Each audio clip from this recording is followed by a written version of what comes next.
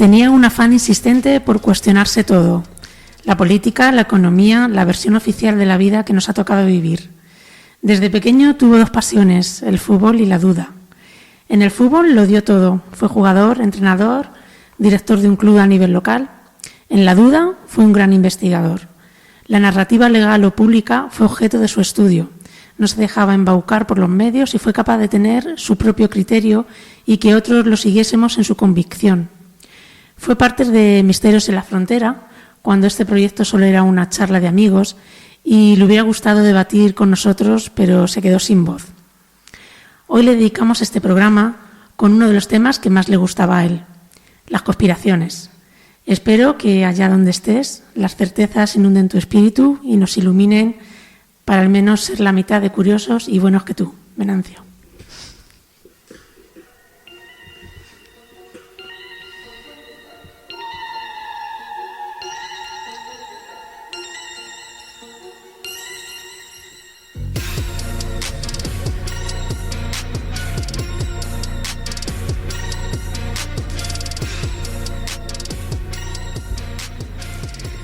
Bienvenidos a un nuevo programa de Encuentros en la Frontera, un podcast que parte de la idea de que para descubrir qué hay más allá de lo evidente es necesario ser un habitante de frontera. Os habla Victoria Maroto y me acompañan en esta apasionante aventura Consoli del Coso y Andrés Guerra. Hola, compañeros. Hola, ¿qué tal? ¿Qué tal? Bueno, pues como bien ha introducido Consoli hoy, pues hoy tenemos un programa muy especial y muy emocionante. Queremos dedicar este programa completo a un compañero de frontera, a Venancio del Coso, que estamos segurísimos, con esa curiosidad que él tenía, que ahora mismo está explorando pues cada rincón de ese nuevo universo que está habitando, y bueno, pues seguramente cuando nos volvamos a encontrar nos contará las grandes aventuras que ha podido vivir. Y bueno, pues como ha podido adelantar Consoli, por supuesto, todo va a girar en torno a él, y por eso vamos a hablar del temazo de los temazos que a él le flipaba, que es las teorías de la conspiración. Por supuesto, seguiremos con nuestras noticias increíblemente locas, pero ciertas, y acabaremos con un personaje cargado de misterio que nos lo trae hoy Andrés, Niccolò Paganini. Comenzamos.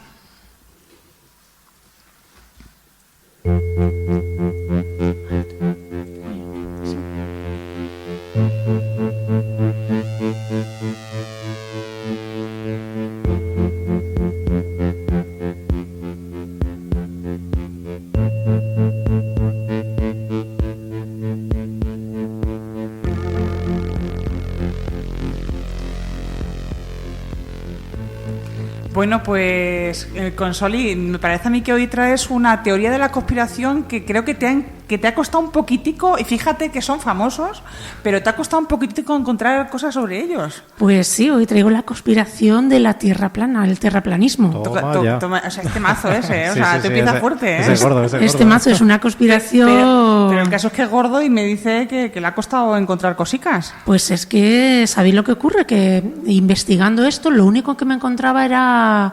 ¿Viajes al fin del mundo? No. Tú buscas terraplanismo o teoría de la Tierra plana y solo te viene vídeos, noticias en contra de. Ya, claro. Porque es mentira. Porque, o sea, no hay nada que me diga el por qué la gente cree en la Tierra plana. Es decir, solo hay vídeos y historias que te dicen por qué no deberías de creer en la Tierra plana. Con lo cual, claro, yo creo que esto le da más vidilla a los conspiranoicos. Total. Sí, ¿Vale? Y te dicen, claro, la censura es lo que da vida a la conspiración. Entonces, sí, normalmente sí. Entonces, me ha costado trabajo. O sea, he tenido que investigar, me he tenido que meter en la sociedad inglesa de la Tierra plana y traducir la página para yo enterarme de esta gente, a ver. Ya está registrado. A ver de qué va. Sí. Está registrado en la página. El algoritmo ya está registrado. Ya me han sí, bueno, ya veremos a ver qué me salen las próximas búsquedas. No lo quiero saber. Pero bueno, ¿qué es la Tierra plana o la gente que cree en el terraplanismo? Pues la Tierra, pues como la propia palabra dice, la propia frase, creen que la Tierra es plana y no redonda, como un geoide o achatada por los polos, ¿no? Hay que pensar que en la antigüedad todos creían que la Tierra era plana. Es decir, hay un montón de mapas hechos de la antigüedad, que cómo se dibujaba la Tierra como una esfera plana, redonda, y ahí pues todo lo que se creían todos los continentes y tal. De hecho, lo podéis buscar, todo el tipo de planos que había, ¿no? Tenemos Finisterra por ahí guardada. Bueno, y hay una cosa que, bueno, no solo creían que era como esta mesa, ¿no?, la Tierra, sino que había una cúpula que cubría la Tierra. Y siempre me acuerdo, en este caso, de Los Simpson. No sé por qué, pero la película de Los Simpson, son muy ilustrativos. ¿Cuántas películas hay de Los Simpson? ¿Una o dos? Pues no sé, un par. ¿Una? A mí me suena una. La última sí que sacaron. ¿La del cochino este volador? Sí, Spider Cerdo, ¿no? Spider Cerdo. Pues sabéis que estaba creada porque estaba rodeado el pueblo por una cúpula. De verdad, que igual que el show de Truman también. O sea que esta idea está ahí en el imaginario común de la gente y que se utiliza mucho y se recurre mucho a él, ¿no? Bueno, pues en realidad todo el mundo pensaba que la Tierra era plana casi hasta la Edad Media. Bueno, hubo algunos griegos que sí que estipularon por medios matemáticos que la Tierra tenía que ser esférica, pero claro, ¿cómo se demostraba? Ahora tenemos la demostración de que alguien puede subir al espacio y ver la verdadera forma de la Tierra, pero ¿y quién tiene la probabilidad o la posibilidad de subir al espacio? De todas maneras, en la antigüedad, gracias a ciertas operaciones matemáticas y a través de las sombras de los objetos, pues a través de las sombras fue como dilucidaron que la Tierra no era plana, ¿sabes? Pasa que ponte a decirle eso a la iglesia, que te quemaban en la plaza del pueblo. No, pero bien quemado, además. Bueno, y os acordáis que, no sé si vosotros cuando estudiabais la historia de España y llegamos al descubrimiento de América, os contaban que Cristóbal Colón en realidad no fue a descubrir América, fue a demostrar que la Tierra no era plana, que podía rodearla. Claro, y que no se caía por el mar de los monstruos. Exactamente. Donde estaba todo lo malo, ahí metido. O sea, hasta en la época de Cristóbal Colón la gente pensaba que la Tierra era plana. Básicamente los europeos. Luego los demás no sabemos, porque sí que es verdad que han encontrado con el tiempo, han visto que había mapas mapas a nivel del mundo, por ejemplo el de Piri Reis o otros mapas que se supone que son anteriores a Colón, que había gente que ya había vislumbrado ciertas cositas. O sea que lo que pasa que en Europa que teníamos un retraso importante. El Piri Reis sería un OPAR de los que hablamos la otra vez, ¿verdad? Porque es algo... Es un super OPAR. Sí, ¿verdad? No, mira, se nos pasó. Bueno, pues no sé si os acordáis. Yo veía vais a decir que me está contando esta, el 1, 2, 3. ¿Qué me estás contando? ¿Veis el 1, 2, 3 Hombre, alguna por vez? Supuesto. Y no os acordáis me que... creo, pero sí. Pero no os acordáis que salía... que yo me acuerdo que salía un tío, decía... La Tierra es redonda y se demuestra así. Y tenían un huevo en la mano y se lo estrellaban a otro. Sí, bueno, pues, era una forma sutil de... Sí, una forma sutil. Habría que darle a algún terraplanista también. Así, pero no con un huevo, sino con una piedra. Bueno, sí. Bueno, pero os voy a contar una cosa. Los terraplanistas creemos que son gente, vamos a poner, yo qué sé, atípica, gente... Y no, de verdad, que hay gente, verdaderos científicos, que en su cuestionamiento y en la no posibilidad de estudiar que la Tierra sea redonda porque no tiene la posibilidad de viajar al espacio, se lo ha cuestionado. O sea, no penséis que es gente marginal. Ya. Bueno, ¿vale? Hay de todo. ¿Vale? Sí. Hay de todo. De todas formas, yo lo suelo englobar a todos en el mismo saco. O sea, terraplanistas, negacionistas, los que dicen que la nieve no es nieve. O sea, es que ese grupillo es para tenerlo corto, ¿sabes? Hay que tenerlos en corto. Sí, pero sí que es verdad que el hecho de que un científico se cuestione las cosas e intente probarlas no me parece malo. No me parece malo. Claro. Pero una vez que ya has demostrado que la Tierra no es plana, no sigas por ese sendero. Lo que pasa es que también no sigas por ahí. Sí, es verdad que un científico que, vamos, con el recorrido que ya tiene que llevar mediante estudios y mediante lo que es su carrera, yo creo que llegar a esas conclusiones es un poco, no sé. Que le han dado una pedra. Sí, a lo mejor tanta materia en la cabeza. Bueno, ahora os voy a contar un poquito en qué se basan, porque sí que es verdad que hay algunas cositas que te hacen pensar, ¿vale? Y porque nosotros no tenemos conocimientos científicos, ¿no? O sea, tú ponte a decir, yo qué sé, no sabes muchas veces de lo que te están hablando, de cuando hay, pues, no sé, cuando un avión viaja de un país a otro. Si se ponen muy técnicos, yo no lo entiendo. Exactamente. Entonces, bueno, hay cosillas que te dan que pensar, al menos. Ahora os la diré. Hay vídeos muy chulos de lo que has dicho del avión para echar unas risas. Hay uno, sobre todo, no sé si lo habéis visto, que sale con una maqueta y empieza a decir que, claro, que ¿por qué no? Si la Tierra gira en una dirección y el avión va en otra, no sé qué, dice, ¿por qué no llega a tal velocidad o llega antes a este sitio que al otro? Bueno, es para verlo, es para... Sí. Bueno, pues, mirad, ¿qué es lo que piensan? ¿Cómo está formada la Tierra, no? Para ellos. Pues la Tierra está en el centro, estaría el Polo Norte. Luego todos los continentes por ahí distribuidos y rodeando a esa esfera sería la Antártida. ¿Vale? La Antártida es el muro que hace, vamos a poner que el agua no se caiga fuera como una catarata, ¿no? Vale, entonces, como si alguna vez se fundieran los polos, o sea... El polo sur, en este caso. En este caso, si se fundiera, iríamos todos a tomar por sur, ¿sabes? Claro, nos quedaríamos y haríamos como un desagüe. Hombre, tendríamos... Y nos iríamos. Igual, haríamos todo. Si pasa eso, nos pillaría la playa más cerquita, aquí, por ejemplo. No, pero si se derrite ya no existe. Según su teoría, los muros que contienen. Bueno, según la posición que. Vale, claro, ya iríamos todos. Sí. Pero claro, todo esto es que está como muy hilado, muy bien hilado. ¿Por qué no se puede ir a visitar a la Antártida? La fantasía, ¿no? Claro. ¿Vale? Nadie puede, o sea, yo no puedo ir coger un... De hecho, hace unos años... Sí, como puede, pero abrígate. No, pero hace unos años... No, pero no te dejan, unos teóricos de la Tierra plana dijeron, vamos a coger un barco, un crucero, lo vamos a alquilar y nos vamos a ir a la Antártida a demostrar si podemos llegar allí. Y además sabéis que en la Antártida está en las 24 horas del sol. Entonces, ellos querían demostrar que eso no ocurría. Se dieron con un canto a los dientes y eso no ocurrió, ¿vale? Pero bueno, ahí siguen con su... no todos pensaron que eso era así, luego les dieron otras explicaciones. Pero bueno. Hay bases científicas allí haciendo... Sí, pero tú no puedes coger ir allí. Hombre, tú como turista, así en plan de vamos a echar el verano allí, no puedes.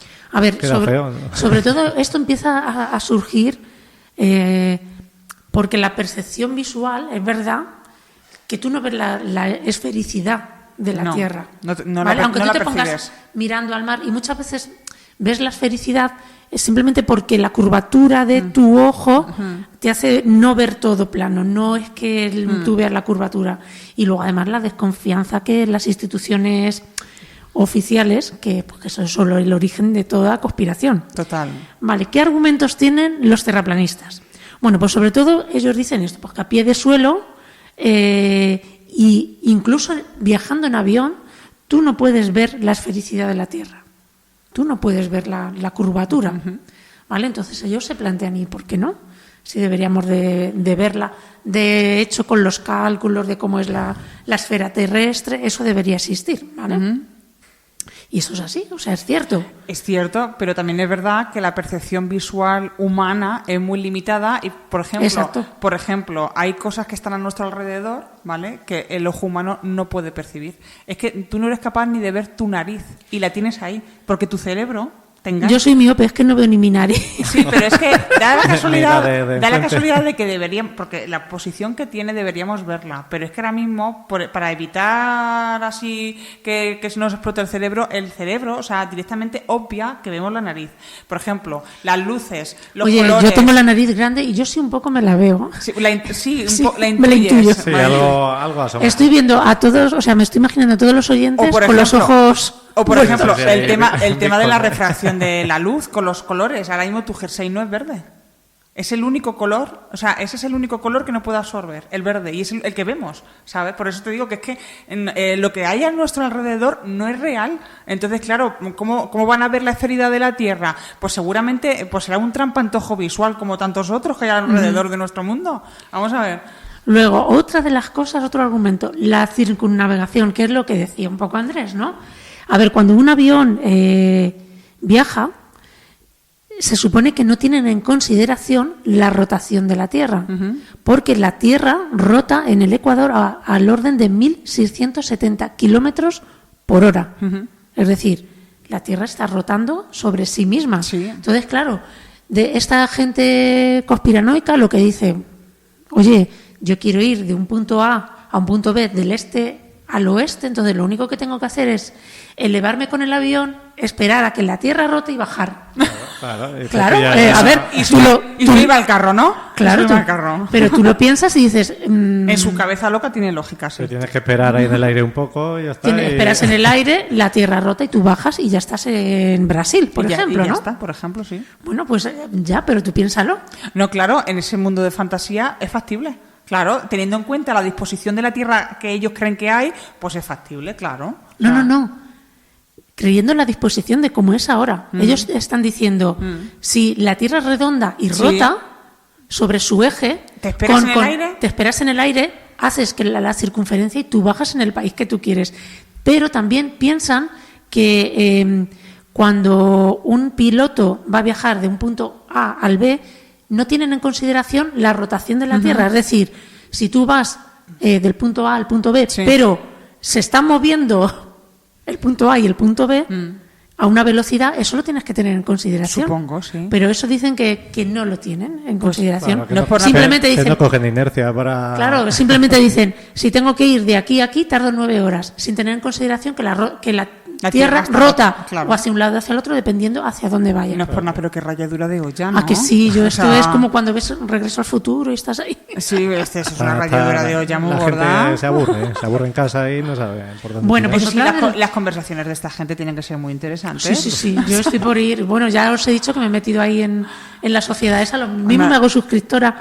A ver, no sabemos cómo acabará con Sol. Pero por tener vidilla, ¿vale? Bueno, ¿qué piensan esta gente también? Que el Sol, la Luna, que no están a la distancia que nos están diciendo, que están más cerquita, ¿vale? Que bueno, que no es el Sol, no es tan grande porque están más cerca. Claro. Y bueno, estas cosas. También se hizo un experimento con las zanjas de drenaje, unas zanjas de drenaje que hay, pues, por ejemplo, para los cultivos. Entonces, claro, esta gente decía que si tú metías agua en esa zanja de drenaje, que eran muy grandes, el agua tendría que tender a irse hacia un lado hacia el otro porque la Tierra está curva. Claro. ¿Me entendéis? Según ellos, se tendría que nivelar hacia un sitio o hacia otro, ¿vale? Se llama gravedad. Exactamente. Es que no existe la gravedad para ellos. Ah, la gravedad es un invento de Newton. La gravedad es un invento de Newton. Pues arreglado. Entonces ellos dicen que los objetos se caen por... Bueno, es que hay muchas explicaciones. Por cosa de Dios. Sí, eso había oído yo, que algo de que era por el aire, ¿no? Por el viento de... Por el aire o porque la presión que hay de abajo arriba que hace que los objetos se atraen. No lo sé, ¿vale? No sabría explicarlo porque evidentemente pues no... Sí, por soplidos también, creo que hoy por ahí algo así. Sí. Hay alguna historia de que según la respiración de la gente y tal provoca como corrientes. Fuera de cachondeo. O sea que eso lo he leído yo también, ¿sabes? Que me quedé así con la cara como y esto. Esto es como en el programa otro cuando dije que uno liberaba el aire de la rueda de los coches porque le faltaba aire al mundo. Sí. Pues algo así. No ronquéis, por favor. Es terraplanista. Vale. Bueno, pues todo esto vamos a poner que muy a lo loco, no lo creemos, ¿vale? Vale, sí. Esta gente tiene razón. La Tierra plana, yo no salí al espacio, yo no lo sé, puede ser que sí, ¿vale? No tengo forma de demostrarlo. Pero de repente dices, ¿por qué y para qué? O sea, imaginaros que la Tierra es plana. ¿Por qué lo van a ocultar? ¿Para qué lo van a ocultar? ¿Y quiénes van a ocultarnos esto? ¿Con qué razón? Es que vamos a ver, cuando tú ocultas algo porque quieres obtener algún tipo de beneficio o lo que sea, ¿no? Por algún objetivo, pero lo que dices tú, ¿esto para qué?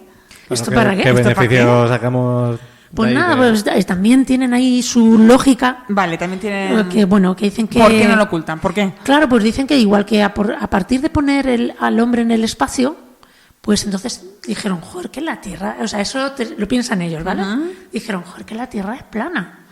Y si ahora lo decimos esto puede generar un paradigma, puede hacer que la gente se vuelva tan locos como ellos. Bueno, no lo sé.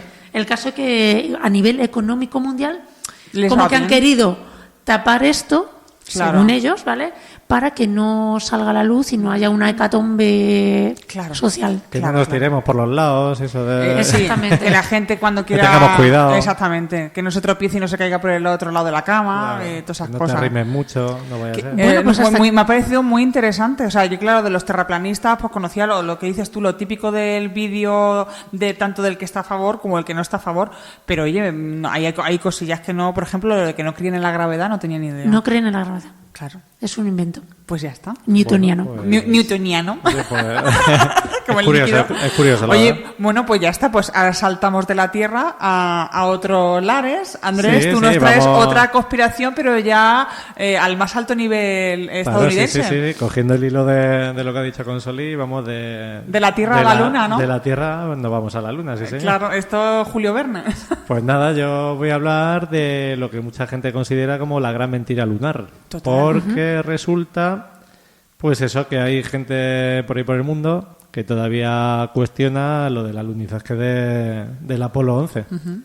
Así que os cuento un poquito, pues eso, que para que sepáis que en 1969, que fue cuando se dio este caso, hubo más de 600 millones de personas que estaban viendo en directo a Neil Armstrong cómo daba el gran paso para la humanidad. Pero ¿qué pasa? Pues que eso a lo mejor, teniendo en cuenta que estaba la Guerra Fría con Rusia, tal, estaba ahí, había una competición un poquito seria. A ver quién llegaba antes. Pues a lo mejor dijeron, vamos a hacer aquí el amago y vamos a hacer aquí una peli. Antes de que se adelanten los rusos, ¿verdad? Sí, por lo menos lo escenificamos. Esto es a ver quién queda mejor. Que decían por ahí que la película la había hecho Stanley Kubrick, ¿no? Sí. Calla. Calla, que spoiler. Perdón, excuse me. Bueno, os pongo un poco a quién vereda. Vamos a ver, estamos en plena década de los 60, ¿vale? Estados Unidos y la Unión Soviética, como ya os he dicho, pues estaban compitiendo para demostrar la superioridad de uno y de otro, tanto tecnológica, política, vamos, en todo. Ahí estaban a ver... Sí, estaban ahí a lo chungo. A ver qué pasaba. Pues ¿qué pasa? Que los rusos, en este caso, pues adelantaron. ¿Qué hicieron para adelantarse? Pues lanzaron el primer satélite Sputnik y puso al primer hombre en el espacio. Que este hombre es Yuri Gagarin. No sé si os suena. Sí, hombre. Sí. Así un poquito... El Gagarin de toda la vida. El Gagarin. El vecino del primero B. Total. A mí me suena lo de la perrita laica. ¿Eso que fue? ¿Antes o después? Sí, eso fue antes, ¿no? Eso fue antes, claro. Antes de lanzar a una persona... Claro, lo probaron con la pobre laica. Sí.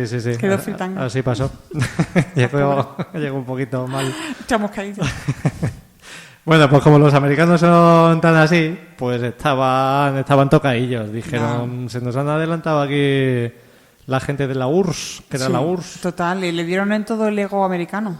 ¿Qué pasa? Pues que el presidente que había por entonces, pues dijo en Estados Unidos, no os preocupéis, que en 10 años voy a poner yo al hombre en la luna. Eso que lo sepáis. Eso ya lo cuento yo. Así como promesa electoral. Spoiler. Sí. Así que ese es un poquito el contexto. ¿El origen de la conspiración que surge aquí? Pues a ver, las dudas comenzaron a darse después del famoso alunizaje, el 20 de julio del 69.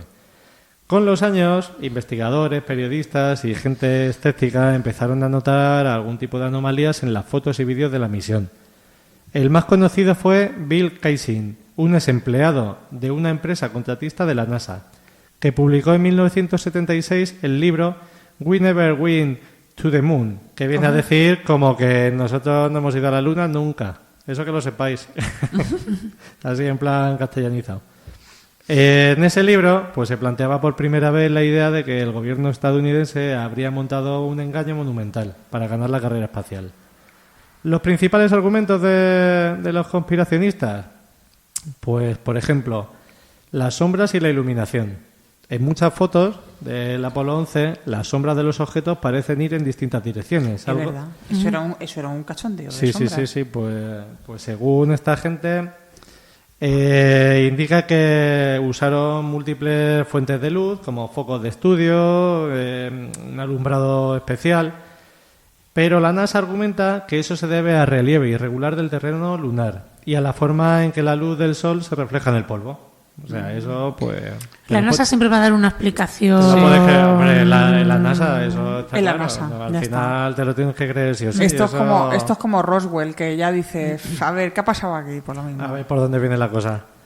Bueno, segundo argumento que da esta gente, la bandera que ondea. Eso yo creo que es el argumento así más... Es que eso era muy rarismo. O sea... Vale, pues según esta gente, dice que en los vídeos se ve la bandera estadounidense que parece moverse, como si hubiera viento. Pero en la Luna pues no hay atmósfera, eso ya lo sabemos todos. Así que los científicos, en este caso, explican que en realidad la bandera se movió al ser colocada y quedó vibrando por inercia, ya que no había aire que detuviera el movimiento. Claro, entonces que estaba la bandera tiesa para que se la viese así y cuando la colocas entonces vibró un poquito. Le entró la tembladera se supone, y ¿no? claro, se supone que estaba tiesa. Según los científicos dicen eso. Claro. O no sé, como hemos dicho antes, que fuera Es que hay un soplío de... muchos cúmulos de anomalías. Entonces, a ver, se te puede cuadrar una, pero cuando ya son muchas, Es que dices, aquí pasa es algo como... raro. ay, ¿Y aburrido. por qué no han vuelto así como igual que de esa manera tan espectacular? Estaban los chinos ahora, ¿no? Que, Sí, bueno, que en la- querían ir a la cara oculta. En ¿no? la cara oculta no lo vas a ver. Sí, estaba- Y de hecho es que grabaron como una especie como de materia viscosa y cogieron muestras y lo están analizando, pero eso sí, los chinos no van a decir ni mu. O sea, los chinos avanzan, yo para mí que los chinos son extraterrestres, ¿sabes? Porque están muy Reptilianos. avanzados, están muy avanzados en muchas cosas y luego nos cuentan ni la mitad de las cosas que hacen. O sea, Lo que pasa es que hay muchos. hay muchos, o sea, y nos está... Y nos están invadiendo poco a poco. Vamos a los chinos, cuidado. Es que me decía ahora. Sí, sí, saludo para amigos chinos. Bueno, otro argumento, que la verdad es que yo cuando lo leí dije, ostras, digo, pues eso nunca me había fijado yo, pero es verdad. Si os dais cuenta, la falta de estrellas. En las fotos del alunizaje no se ven estrellas en el cielo. Los teóricos dicen que eso demuestra que el fondo era un telón negro. ¿La NASA con qué responde? Pues dice que las cámaras estaban configuradas para captar la superficie iluminada por el sol. La NASA siempre responde. Y por eso las estrellas, mucho más débiles, no se registraron. O sea, esa es lo que dice la NASA. Vamos, es lo que decimos. La NASA siempre te va a sacar ahí... La respuesta adecuada. Sí, claro. para que no tenga dudas. Vale, otro, que es el que comentabas tú antes, es el origen cinematográfico. Algunos sostienen que el director Stanley Kubrick, tras filmar 2001 Odisea en el espacio, habría sido contratado por la NASA para recrear el alunizaje en un set secreto. Se mencionan supuestas pistas en su película El Resplandor, como el suéter, o sea, el jersey que lleva el chico, Sí.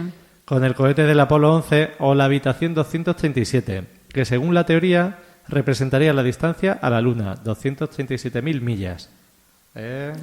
¿Cómo os habéis quedado? Pero eso que va dejando unos poquitos de... Es que como se ve Dicen que Kubrick fue dejando ahí como diciendo Claro, que que sepáis fue, esto. es como Que lo he hecho yo. las perlitas. Cosa mía. No puedo decir que es de mi autoría, pero mira, aquí te dejo unas perlitas como que lo he hecho yo. Sí, la firmilla. La ahí. firma. Vale, y por último así de estos temillas, las rocas lunares y los reflejos extraños. En algunas fotos los reflejos en los cascos de los astronautas parecen mostrar luces o estructuras ajenas al entorno. También se cuestiona la autenticidad de algunas rocas lunares entregadas a museos, una de las cuales resultó ser un simple trozo de madera petrificada. Tócate. O sea que ahí ya dices, ¿me estás engañando un poco con la piedra? Yo creo que lo que han estado más cerca de la Luna han sido los chinos. Llamarme loca. Yo no te puedo decir. Están no... locas, sí, pero que los chinos han estado ahí. Bueno, sí, los chinos están en todos lados, no van a En estar todos en la lados. Luna. Yo desde que inventaron el váter multifunción que te limpia el culo sin utilizar papel higiénico, a partir de ahí dije... Ya puede cualquier cosa. Claro, a partir de ahí pueden ir a la Luna. Donde quiera, donde quiera. Con Pero esas si esta cosas, gente pues ya inventa no- de todo, si llevan milenios y milenios de pura invención, esa gente es mágica. Oye, de todas, ¿son chinos o japoneses? Son japoneses. ¿El que ¿Los que han ido? Yo No, creo No, que los chinos. los inventores de los váteres. Ah, sí, pues no Sí, sé. sí. Sí, bueno, lo inventarían, pero lo harían en China. Seguramente. Todo está allí. Los chinos, la pólvora de quién es, de los chinos, hombre. Bueno, a ver. Sí. Respuestas y evidencias científicas. Pues eso, a lo largo de las décadas la NASA ha ofrecido múltiples pruebas que respaldan el viaje a la Luna, como nos lo estamos diciendo. Muestras lunares analizadas por científicos de todo el mundo, más de 382 kilos de rocas con composición distinta a cualquier material terrestre. O sea, que eso ya es complicado. Ya mira que hay cosas aquí, pero... retroreflectores instalados en la superficie lunar que todavía hoy reflejan rayos láser enviados desde la Tierra y fotografías modernas de sondas como la Lunar Reconnaissance Orbiter. Toma ya, La Orbiter. Que muestran los módulos de aterrizaje y las huellas dejadas por los astronautas. Aún así, muchos siguen convencidos de que esas pruebas también podrían haber sido manipuladas. Bueno, pues... como reflexión final así un poquillo, preguntarnos por qué esta teoría persiste más del medio siglo después. Tal vez porque representa algo más profundo, la desconfianza hacia el poder, la fascinación por el engaño o el deseo humano de creer que detrás de cada gran logro hay un secreto oculto. Quizás llegamos a la luna o quizás solo quisimos creer que lo que hicimos, sea como sea, pues vamos, fue algo importante, pero que no conocemos del todo. Que no terminamos de creerlo, como la muerte de Elvis Presley. Bueno, pues ya ahí suelto yo la pregunta. ¿Vosotras qué creéis? ¿Que llegamos o que no? Pues yo creo que no. Yo creo que tampoco, y tampoco sé por qué no hemos vuelto. Exactamente. O sea, es que esa duda es muy grande. Sí. A mí me gustaría pensar Año que... 69. Quizás lo que pasa es que sí es verdad que lo que decimos, con la guerra que tenían esta gente con la URSS y tal, pues era un poco en plan de a ver quién es el más guay, ¿sabes? No sé, yo creo que fue un montaje.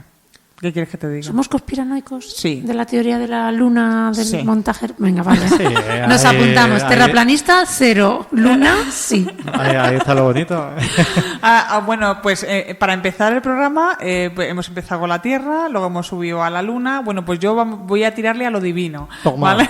O sea, aquí ya cada uno... La tríada. La tríada perfecta, ¿no? La Santísima Trinidad. Sí, bueno, ¿qué hace falta para que las más locas y variopintas teorías de la conspiración proliferen como setas?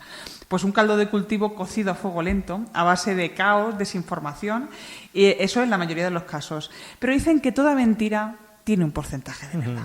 Así que, ¿qué verdades habrá detrás de las teorías de la conspiración que circulan y han circulado y de las que tenemos en la memoria, como las que acabamos de comentar? Bueno, pues en mi caso, ¿vale?, aunque existen miles y miles de teorías de conspiración para dar y tomar, pero yo traigo una que es tan antigua como recurrente. Jesús se casó con María Magdalena y tuvo hijos con ella. ¿Qué os parece? Toma, tomate. Este es el temazo de los temazos. Dan Brown me suena, o sea, totalmente. Dan Brown me resuena. Porque no estábamos por la época las 10 minutos ni las revistas esas que... Vamos, si no, los hubieran cazado ya mismo ahí dándonos un besico. Los paparazzi. Bueno, vamos a analizar, yo en este caso voy a analizar las posibles pruebas que puedan dar una base a esta teoría de la conspiración.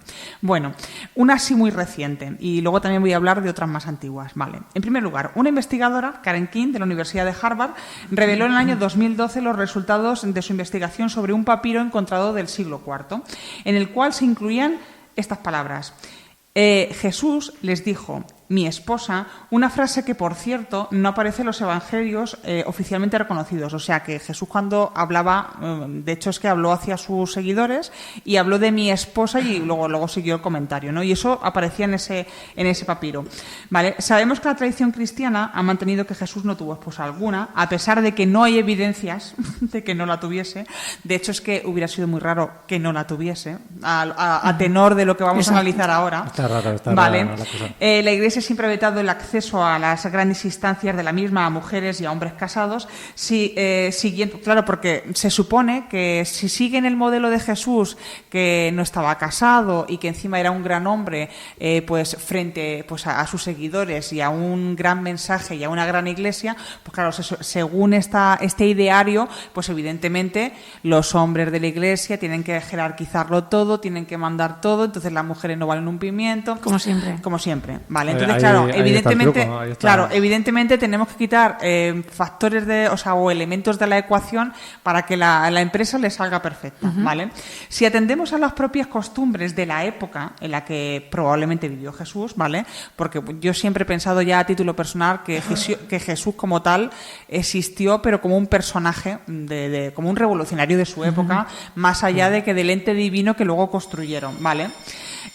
Bueno, vamos a analizar un poco cómo eran las costumbres de la época. La mayoría de los varones judíos adultos estaban casados, especialmente si eran considerados rabinos o maestros religiosos. Y Jesús, en cierto momento, sí que fue una especie de maestro religioso, que tuvo una serie de discípulos tras él, ¿vale? Entonces, en torno a 18 o 20 años, Jesús ya tenía que estar casado, porque si no, ya la gente le miraría raro. O sea, eso va a empezar. Y murió con 33, o sea, que estaría casado ya tiempo. Bastante tiempo, ¿vale? Decían, va a quedar para vestir santos. Claro, es totalmente. El matrimonio era prácticamente una obligación religiosa y social, o sea, era una costumbre social.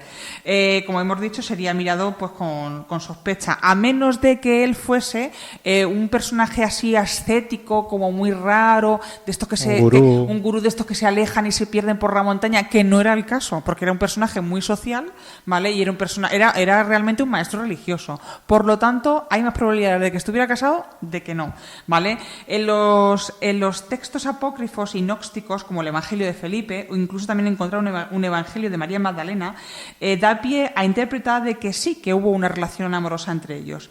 Desde el punto de vista histórico, sociológico y el contexto cultural, sería posible que estuviera casado, y desde el punto de vista documental, pues se han encontrado, como he dicho, en el Evangelio de Felipe los siguientes fragmentos. En la parte, bueno, en lo que es en el versículo 32, pone: 3 eran las que caminaban continuamente con el Señor, su madre, María, la hermana de esta, y Magdalena, a quien se le designa como su compañera. Esto aparecía en el Evangelio de Felipe, que es un apócrifo, ¿vale? Que no está considerado como algo normativo dentro de la Iglesia. Luego en el versículo 55 dice: la compañera Magdalena, ¿vale?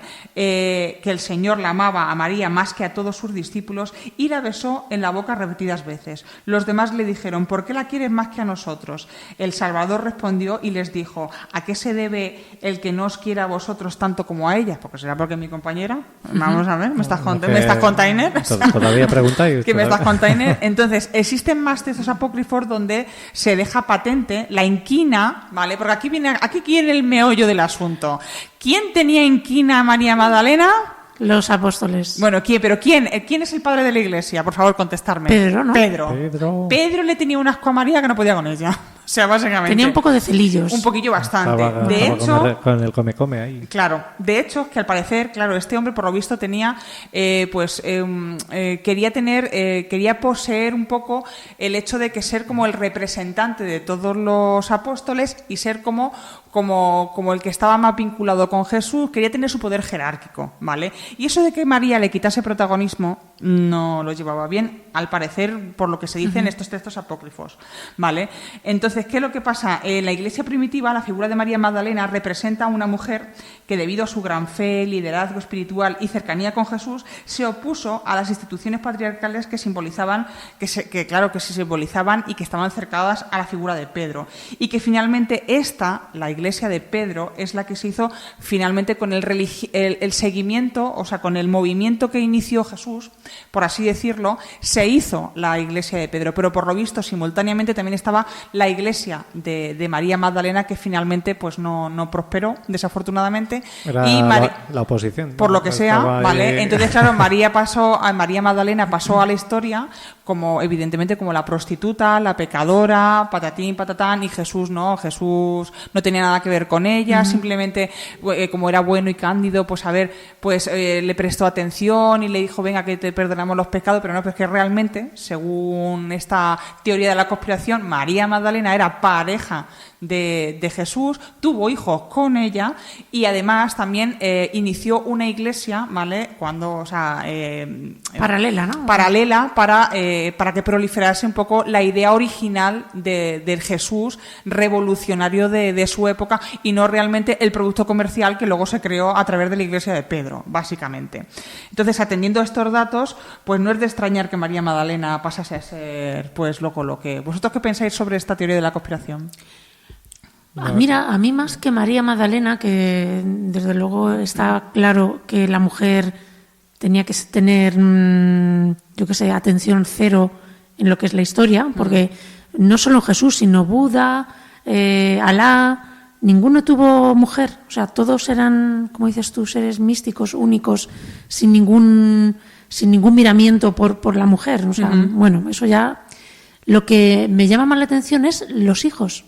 O sea, esa línea La línea sucesoria, sí. La línea sucesoria, ¿dónde está? Si es verdad que tuvo hijos, ¿dónde para? Hablaban de lo del Santo Grial, ¿no? De hecho, es que se supone... La sangre real, que sería de esos hijos, ¿no? Claro, de hecho, es que está la teoría de que María Magdalena pues tuvo que huir cuando murió Jesús por el tumulto que se formó. Y luego el tema, y luego el tema también de Pedro, que estaba totalmente en contra de ella, tuvo que huir con una hija o con los hijos, porque ya no tengo claro si tuvo una o tuvo varios, y tuvo que huir. De hecho, es que hay una leyenda que dice que acabaron en Francia, y que en Francia, ¿vale? Más allá de la historia de Dan Brown, ¿vale? O sea, y que en Francia hay iglesias de veneración a María Magdalena, porque se supone que acabó allí con la descendencia de Jesús. Vale, entonces ahí está. Hay que tirar de ese hilo. He leído algún libro, ¿no? De los merovingios o algo de eso, ¿no? Yo lo veo. Vamos, yo creo que es totalmente razonable. O sea, es que. Exactamente. Quitando lo que nos han querido meter en la cabeza. Si tomamos a Jesús como un personaje físico, como un ser humano, ¿vale? Un revolucionario de su época, ¿vale? Que tuvo mujer, que tuvo hijos, pero por las circunstancias, luego de forma paralela, utilizaron su figura para luego lo que se ha creado después, evidentemente María Magdalena y los hijos estorban. Entonces, claro, pues tuvieron que huir y claro, bueno. Pero es como dice Consoli, al final lo que queda es una imagen principal, a ser posible patriarcal y vamos, y todo lo demás sobra, o sea, todo lo que sea y más si es de rango femenino, pues claro. No te digo, bueno, ¿no? Y luego eso también tiene un rastreo histórico, el tema del patriarcado, y me gustaría luego, ya que evidentemente yo no vamos a seguir enrollándonos con esto, pero pues algún día se puede hacer perfectamente un rastreo por lo del tema que decías, que parece curioso que las diferentes religiones se dé preponderancia a la figura masculina y no a la femenina. Bueno, pues es que el patriarcado tiene un rastreo histórico muy claro, y antes de ese patriarcado que surgió en una zona geográfica y luego se fue extendiendo y luego se potenció con la cultura judio-cristiana, bueno, pues en otras culturas ese patriarcado no se marcó tanto, y sí que ha habido matriarcados y culturas ancestrales y culturas muy antiguas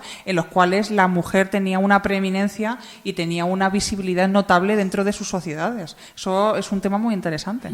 Lo apuntamos. Lo apuntamos para la siguiente. Bueno, que nos hemos puesto aquí muy intensos.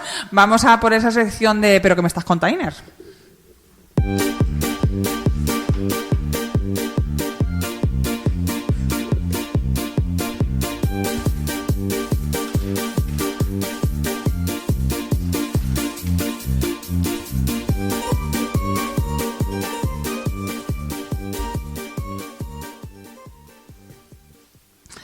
Bueno, vamos con esas noticias increíblemente ciertas. Una joven pillada paseando a una paloma con una correa en Torrevieja. A tope. El pasado septiembre de 2025 esta noticia se hizo viral. Una joven paseaba tranquilamente por la calle llevando a una paloma atada de una correa. La escena sorprendió tanto a los vecinos y transeúntes que no dudaron en grabar y publicar la insólita escena. Aún más sorprendente que este hecho era el comportamiento de la propia paloma, que caminaba junto a su dueña con total normalidad.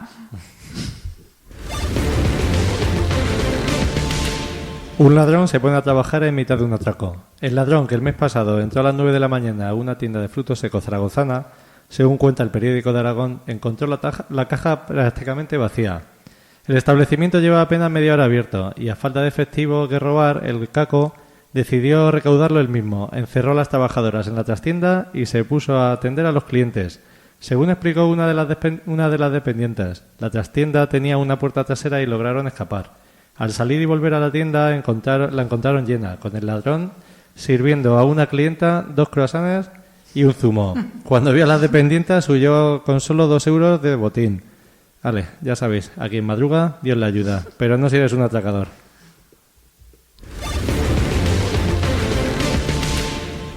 Las autoridades de Bend, en Oregón, Estados Unidos, piden a sus habitantes que dejen de pegar ojos saltones a las esculturas públicas. Esta curiosa y divertida extravagancia genera un gran gasto al ayuntamiento e incluso daño a las esculturas cuando se despegan los ojos. Habrá que echarle un ojo a las próximas actuaciones. Venta de recortes de uñas humanas en China.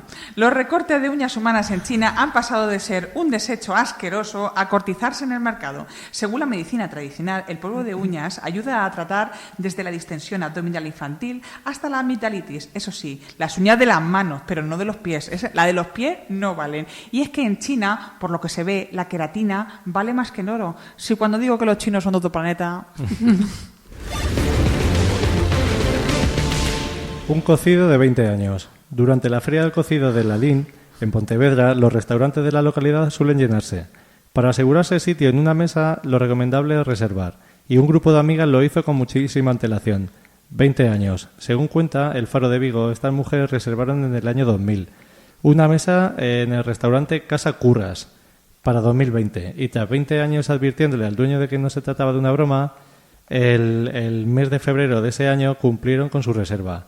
Según cuentan las protagonistas, ya han reservado de nuevo, aunque esta vez sin tanta antelación, solo para dentro de 10 años. Bueno, no está mal, no está mal.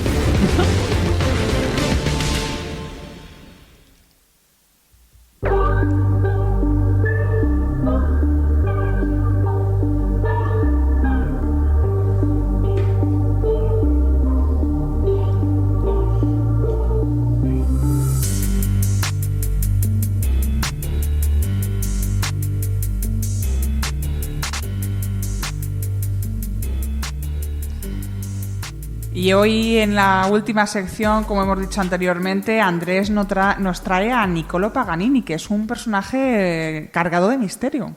Pues sí, la verdad es que... ¿Pues sí? Pues sí. Sí, la verdad es que yo ya lo conocía de antemano, pero no me había metido así a profundizar tanto como ahora y la verdad es que es curioso. Vamos, una persona que hoy en día... pues seguramente estaría a la par de, pues yo qué sé, una Lady Gaga o, vamos, algún personaje... Era súper famoso, sí, y aparte, sí. Vamos, consideraban que lo suyo era, vamos, sobrenatural, su poder. Así que la gente lo llamaba el violinista del diablo. Claro. Y el nombre era Niccolò Paganini. Así que bueno, os pongo un poquito aquí en el tema de Paganini. Este personaje nació en Génova, Italia, en 1782. Desde niño mostró un talento descomunal, tanto que su propio padre lo explotaba, pero a base de bien. Pero a base de bien, que lástima. Sí. Además que lo obligaba a practicar horas, vamos, hasta el agotamiento. A los 11 años ya daba conciertos y a los 15 componía obras que parecían imposibles de tocar. Su técnica era tan avanzada que era súper avanzada. Tenía una velocidad inhumana que incluso otros músicos no podían comprender cómo lograba aquellos sonidos. Tocaba con una energía casi salvaje, saltaba, se retorcía, hacía que su violín sonara como un coro de demonios o un llanto de almas perdidas. ¿Y el público qué pasaba? Pues que el público se quedaba hipnotizado con este hombre. Total. Algunos decían que cuando Paganini tocaba el aire se volvía pesado y las sombras se movían solas. Vamos. A ver, es verdad que era un virtuoso. Claro, veían que como tocaba tan rápido, llegaron incluso a decir que era por algún defecto físico. Sí. De hecho, ahí vamos. Ahí vamos al lío. Sí. El nacimiento del mito. Su fama creció junto con los rumores. Se decía que había vendido su alma al diablo para obtener su talento. Según algunas historias, su madre habría hecho un pacto oscuro antes de su nacimiento, prometiendo el alma de su hijo a cambio de un don divino. Otras versiones cuentan que durante sus conciertos una figura oscura aparecía a su lado tocando con él, invisible para todos excepto para los más sensibles. En una ocasión, una mujer del público juró haber visto llamas rodeando su violín y abandonó el teatro gritando que había visto al demonio en persona. Lo que hace la ignorancia, La ignorancia y la sugestión de meterse ahí. Total. Bueno, la verdad es que la música, a ver, que no sé si habéis escuchado piezas de este hombre, que son una pasada. Yo estoy escuchando es verdad que imagínate que estás en un auditorio con mucha gente, con esa música envolvente y aparte que era muy un virtuoso el tipo. Entonces no me extraña que esa gente acabase viendo pues dragones pasando por mitad de la sala. Sí. Bueno, y claro, esa gente ya iría sugestionada. Claro, iría, voy a ver a Paganini, que mira lo que me han contado. Con esa expectación. Y al final lo acaba acababas viendo, claro. Aparte, yo estoy en que esa gente, pues como cuando vas a ver un concierto, te tomas una cervecilla, te vas metiendo así, pues irían a lo mejor un poco animados. Pues puede ser. También. A lo mejor el maquillaje ese de plomo. Claro, en vez de cervecilla, en aquella época estábamos un whisky seco, ¿sabes? Si más por la época, ¿sabes? El whisky. Eran artesanas, eran Un vasito de artesanas. absenta también. También, sí, exactamente, cosas de la época, ¿no? Sí, sí. Bueno, pues los rumores crecieron tanto que cuando Paganini llegaba a una ciudad, los sacerdotes advertían a sus feligreses que no acudieran a escucharlo. O sea, imaginaos hasta dónde llegaba el tema. Eso es una campaña de marketing brutal. Dice que no puedo escucharlo, Buah. allá que voy. Oye, esto lo han hecho ahora con las películas estas de Expediente Warren y todo eso. No sé si lo habéis visto, que salían en los cines los curas. Total. Visto... Que por cierto ya he visto la última. Mola muchísimo. Yo la tengo pendiente. No voy a haceros spoiler, pero os va a gustar la última. Mucho. Bueno, pues, ¿qué detalles alimentaron esta leyenda?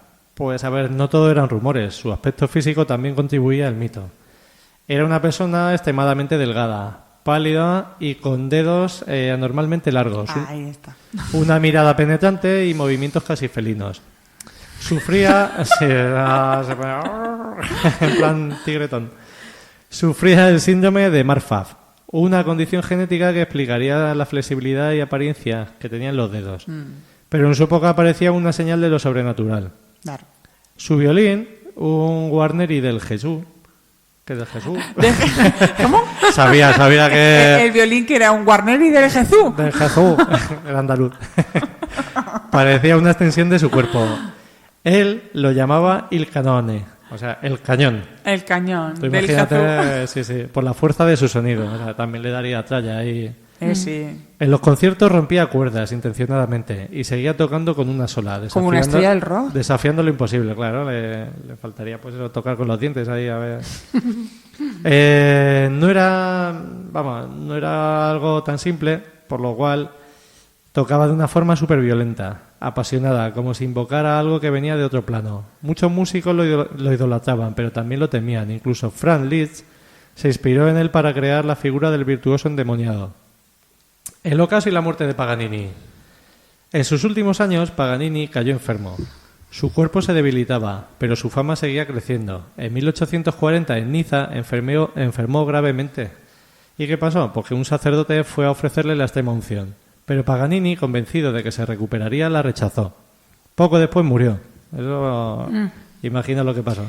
Que comenzó el verdadero escándalo. La Iglesia, recordando los rumores de su pacto con el diablo, se negó a enterrarlo.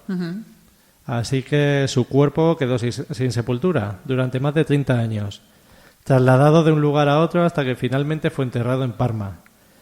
Pero la historia no termina ahí. Algunos testimonios aseguran que su ataúd emitía sonidos de violín por las noches. Otros decían haber visto su figura vagando cerca de los cementerios, sujetando un arco invisible.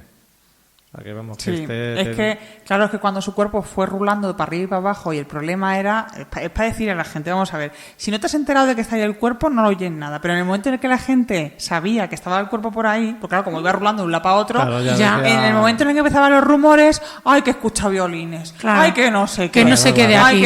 Exactamente, pero es que a lo mejor no te habías enterado y habías estado ahí no sé cuántos meses y más en y esos no tiempos que vamos, lo que se decía era, vamos, lo te lo creías o como te descuidas, lo que habíamos dicho antes, acababa a fuego lento. A fuego lento. Así que bueno, pues eso. Hoy, más de 180 años después, Paganini sigue siendo un enigma. Su música continúa desafiando a los violinistas del mundo. Incluso los más virtuosos lo consideran diabólicamente difícil. Sus composiciones, como el Capricho número 24, inspiran a músicos clásicos de rock, de jazz, etcétera. Algunos investigadores modernos creen que su genialidad fue fruto de la enfermedad genética, del entrenamiento obsesivo y de su mente única. Pero otros prefieren creer que había algo más, que en cada nota de su violín había un susurro del infierno. Un susurro del infierno. Totalmente. Eso es el nombre de un disco. ¿Sí? El susurro del infierno. Sí, eso vamos, una portada de Megadeth. Así que bueno, pues eso, lo que hemos visto. Paganini cruzó la frontera entre el arte y lo sobrenatural. Fue amado, temido y condenado. Y su música, incluso hoy, parece tener algo que no pertenece a este mundo. Quizás solo fue un genio adelantado a su tiempo, o quizás cada vez que alguien toque sus obras, el eco de aquel pacto aún resuenen en las cuerdas de algún violín. Madre mía. Así que, ¿qué os parece Paganini? A mí Paganini, que ya lo conocía, la verdad es que me parece un personaje fascinante. También es verdad que la época era propicia para generar todo este tipo de idearios, comentarios, temores y fábulas. ¿No se casó Paganini? Pues el caso es que no me acuerdo. Yo creo que no. Por lo que estaba mirando no tenía. Yo lo que he leído. No le quedaba tiempo. Yo lo que he leído de. Para abajo, era unos. Mira, es verdad que acabó obsesionado con el tema del violín, pero es que también hacía una cosa cuando le invitaban porque muchas veces le invitaban a tomar algo en alguna casa o porque era lo de las reuniones de la época. Sí, las reuniones sociales. Las reuniones sociales. Entonces ese es el problema, que muchas veces le invitaba no porque les cayese bien, sino porque quería que tocase algo. Y él siempre asistía sin violín y sin nada. Y decía, no, perdona, yo he venido aquí a tomarme algo, no he venido aquí a trabajar. Pero siempre llegaría alguno, pues mira, por casualidad tengo yo aquí un violín. Exactamente. Y él se negaba a decir, si no me has invitado, me has invitado. O sea, ¿me estás contando? O sea, encima era muy desagradable en eso. Ponme un... Pero bueno, tenía razón el hombre. O sea, no me quieres a mí a nivel personal, pero quieres que te toque. ¿Qué te voy a tocar? Nadie que te voy a tocar. Si quieres que toque, paga. ¿Qué te doy? ¿Qué te meto? Paga que te meto con estos deditos mágicos de diablo. Que esto no es de gratis. Que no estoy yo aquí rompiendo violines para ti. La verdad que, bueno, llegamos al final del programa. La verdad es que ha sido súper interesante, ¿eh? Todo. Está bien. Bueno, pues, mete esa pista. Venga, vamos. Hasta ahí.